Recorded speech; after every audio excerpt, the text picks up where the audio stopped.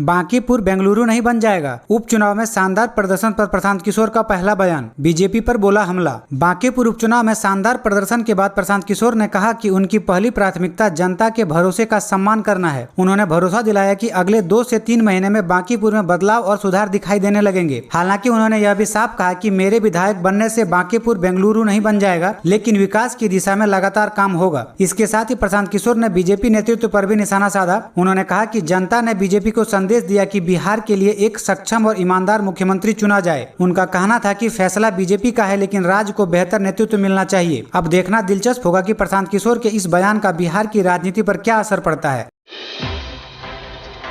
बांकीपुर में प्रशांत किशोर की जीत। पत्नी जानवी बोली सोमवारी की थी, महादेव ने मेरी सुन ली। पटना की बांकीपुर विधानसभा उपचुनाव का रिजल्ट सामने आ गया है। जनसुराज के उम्मीदवार प्रशांत किशोर ने 19,246 वोटों के बड़े अंतर से जीत हासिल की है। इस शानदार जीत के बाद उनकी पत्नी जानवी दास ने खुशी जताते हुए कहा कि उन्होंने सोमवार का व्रत रखा था और महादेव से प्रार्थना की थी। उनका कहना है कि महादेव ने मेरी सुन ली। उन्होंने इस मौके पर बांकीपुर की जनता का भी धन्यवाद किया और कहा कि लोगों ने प्रशांत किशोर पर भरोसा जताया है। पहली सोमवारी पर देवघर में उमड़ा भक्तों का जनसैलाब। बाबा बैद्यनाथ पर जलार्पण के लिए लगी 10 किलोमीटर लंबी लाइन। श्रावणी मेले की पहली सोमवारी पर झारखंड के देवघर स्थित बाबा बैद्यनाथ धाम में आस्था का सैलाब उमड़ पड़ा। देर रात 2 बजे से ही श्रद्धालुओं की करीब 10 किलोमीटर लंबी कतार लग गई। प्रशासन का अनुमान है कि दिन भर में करीब 2 लाख भक्त बाबा बैद्यनाथ पर जलार्पण करेंगे। श्रद्धालुओं की सुरक्षा और भीड़ नियंत्रण के लिए इस बार AI आधारित कैमरे, फेस रिकॉग्निशन सिस्टम और ट्रैफिक मैनेजमेंट जैसी आधुनिक तकनीकों का इस्तेमाल किया जा रहा है। वहीं भीड़ को देखते हुए VIP दर्शन और आउट ऑफ टर्न दर्शन पूरी तरह से बंद कर दिए गए हैं, ताकि सभी श्रद्धालुओं को समान सुविधा मिल सके। CM सम्राट चौधरी ने प्रशांत किशोर को दी जीत की बधाई। कहा जनता के निर्णय का सम्मान। पटना के बांकीपुर विधानसभा उपचुनाव का रिजल्ट सामने आ गया है। जनसुराज के उम्मीदवार प्रशांत किशोर ने 19,246 वोटों के बड़े अंतर से जीत हासिल कर ली है। उन्हें कुल 63,946 वोट मिले, जबकि बीजेपी के नीरज सिन्हा को 44,700 वोट मिले। वहीं RJD के उम्मीदवार 14,241 वोट के साथ तीसरे स्थान पर रहे। जीत के बाद बिहार की राजनीति में हलचल तेज हो गई है। मुख्यमंत्री सम्राट चौधरी ने प्रशांत किशोर को जीत की बधाई देते हुए कहा कि जनता के फैसले का सम्मान किया जाना चाहिए।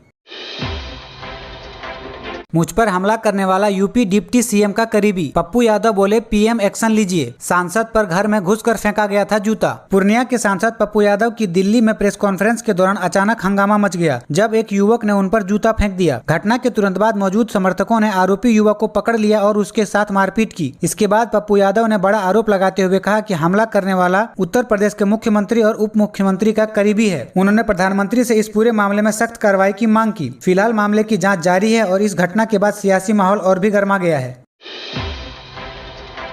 भागलपुर देवघर के बीच चलेगी 16 जोड़ी स्पेशल ट्रेनें। जानिए शेड्यूल और रूट। देवघर जाने वालों के लिए बड़ी खुशखबरी। रेलवे ने एक साथ 16 जोड़ी स्पेशल ट्रेनें चलाने का ऐलान कर दिया। अगर आप श्रावणी मेले में बाबा बैद्यनाथ के दर्शन की योजना बना रहे हैं तो यह खबर आपके लिए बेहद जरूरी है। ईस्टर्न रेलवे ने बिहार के भागलपुर और झारखंड के देवघर के बीच 16 जोड़ी अनारक्षित स्पेशल ट्रेन चलाने की घोषणा की है। यह फैसला श्रावणी मेले के दौरान श्रद्धालुओं की बढ़ती भीड़ को देखते हुए लिया गया। इन ट्रेनों से यात्रियों को देवघर पहुँचने में बड़ी राहत मिलेगी और भीड़ का दबाव भी कम होगा। रेलवे ने यात्रियों से अपील की है कि यात्रा के पहले ट्रेन का शेड्यूल और रूट जरूर चेक कर लें।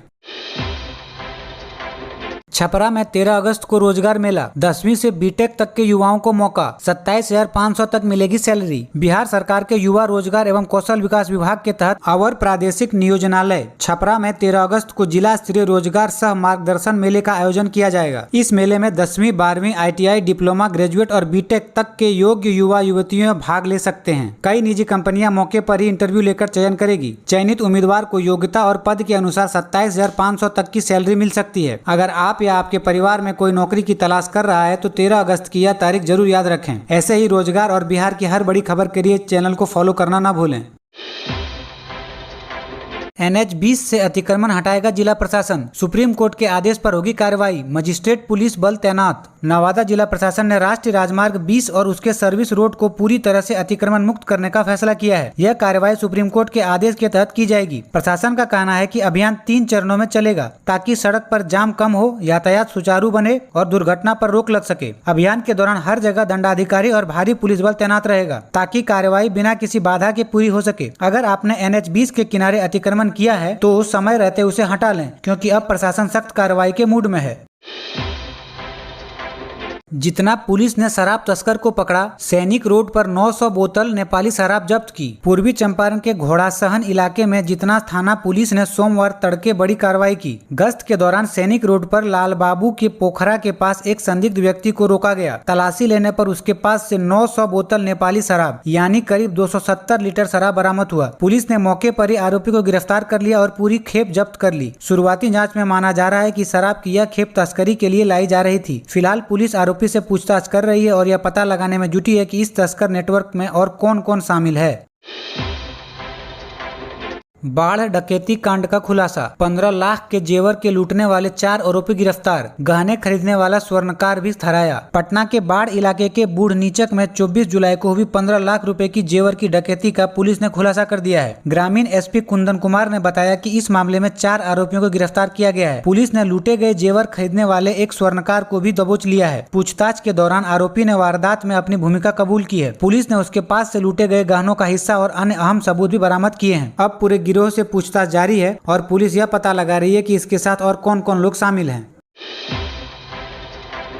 बाघ हमले में मृतक अकुल के परिजनों को मुआवजा 9,80,000 का चेक सौंपा गया। दूसरी पीड़ित महिला के मामले में जांच जारी। बिहार के पश्चिमी चंपारण के वाल्मीकि टाइगर रिजर्व क्षेत्र में बाघ के हमले में जान गंवाने वाले अकुल यादव के परिवार को वन विभाग ने 9,80,000 रुपए का चेक सौंप दिया है। वाल्मीकि नगर रेंजर सत्यम कुमार खुद मृतक के घर पहुंचे, परिवार से मुलाकात की और हर संभव मदद का भरोसा दिया। वहीं बाघ के हमले में घायल दूसरी महिला के मामले में वन विभाग की जाँच अभी जारी है। जाँच पूरी होने के बाद मुआवजे पर अंतिम फैसला लिया जाएगा। काराकाट में निःशुल्क स्वास्थ्य शिविर का आयोजन, सैकड़ों मरीजों की हुई जांच, विशेषज्ञ डॉक्टरों ने दिया परामर्श। रोहतास के काराकाट में सोमवार को शांडिल्य कुटीर परिसर में एक विशाल निःशुल्क स्वास्थ्य जांच और उपचार शिविर का आयोजन किया गया। यह शिविर राष्ट्रीय मानवता सेवा संघ के तत्वाधान में लगाया गया। शिविर में सैकड़ों मरीजों ने अपना पंजीकरण कराया और विशेषज्ञ डॉक्टरों से स्वास्थ्य जाँच कराई। डॉक्टरों ने मरीजों को उनकी बीमारी के अनुसार जरूरी परामर्श दिया और उचित इलाज की सलाह भी दी। इस पहल का उद्देश्य ग्रामीण इलाके के लोगों तक बेहतर स्वास्थ्य सेवाएं पहुंचाना था। चेहरा कलां में उर्वरक वितरण शुरू, बिहार कृषि ऐप खराबी से बाधित था। दैनिक भास्कर की खबर का असर, वैशाली के चेहरा कलां में उर्वरक वितरण फिर से शुरू हो गया है। दरअसल बिहार कृषि ऐप में तकनीकी खराबी की वजह से महुआ अनुमंडल के कई किसान उर्वरक के लिए आवेदन नहीं कर पा रहे थे और काफी परेशान थे। 2 अगस्त को इस समस्या को लेकर खबर प्रकाशित होने के बाद प्रशासन ने तेजी से कार्रवाई की। अब किसानों को उर्वरक मिलने लगा है और वितरण प्रक्रिया सुचारू रूप से चल रही है। इस कदम से किसानों ने राहत की सांस ली। उम्मीद है कि अब खेती से जरूरी काम बिना किसी रुकावट के पूरे हो सकेंगे।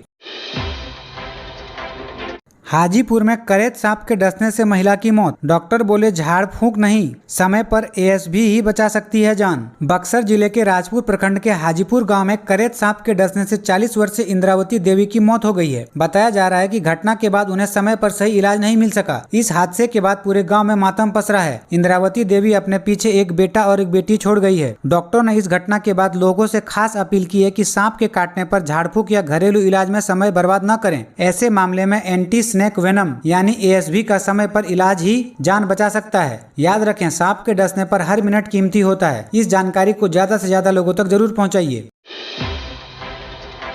बिहार बीएड 4th राउंड का अलॉटमेंट लिस्ट जारी, इन कैंडिडेट्स को मिला मौका। बाबा साहब भीमराव अंबेडकर बिहार यूनिवर्सिटी ने बिहार बीएड सीटेट 2026 काउंसलिंग की 4th राउंड की सीट अलॉटमेंट लिस्ट जारी कर दी है। जिन उम्मीदवारों को पहले 3 राउंड में कॉलेज नहीं मिला था या जिन्होंने अपने कॉलेज प्रेफरेंस बदली थी, वे अब अपना लिस्ट चेक कर सकते हैं। ऑफिशियल वेबसाइट पर लॉगिन करके अलॉटमेंट लेटर डाउनलोड करें। अगर आपको सीट मिली है तो 5 अगस्त 2026 तक सीट कंफर्म फी जमा करना अनिवार्य है। अगर इस बार भी सीट नहीं मिली तो स्क्रीन पर you are in waiting list का मैसेज दिखाई देगा। तो देर मत कीजिए, अभी अपना अलॉटमेंट स्टेटस चेक करें और समय रहते फीस जमा करें।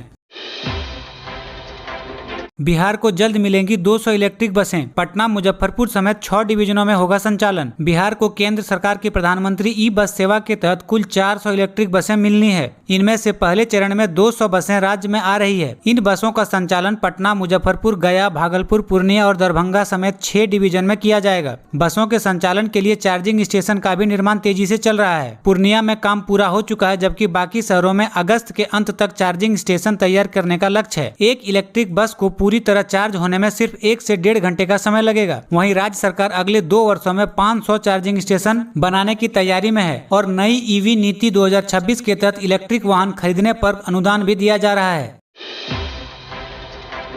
बिहार में ट्रेन में लगी आग, पैसेंजर कूदकर भागे, इंजन तथा एक बोगी खाक, लोको पायलट बोले बैटरी बॉक्स के पास निकला धुआं। सिमरी बख्तियारपुर स्टेशन पर हादसा।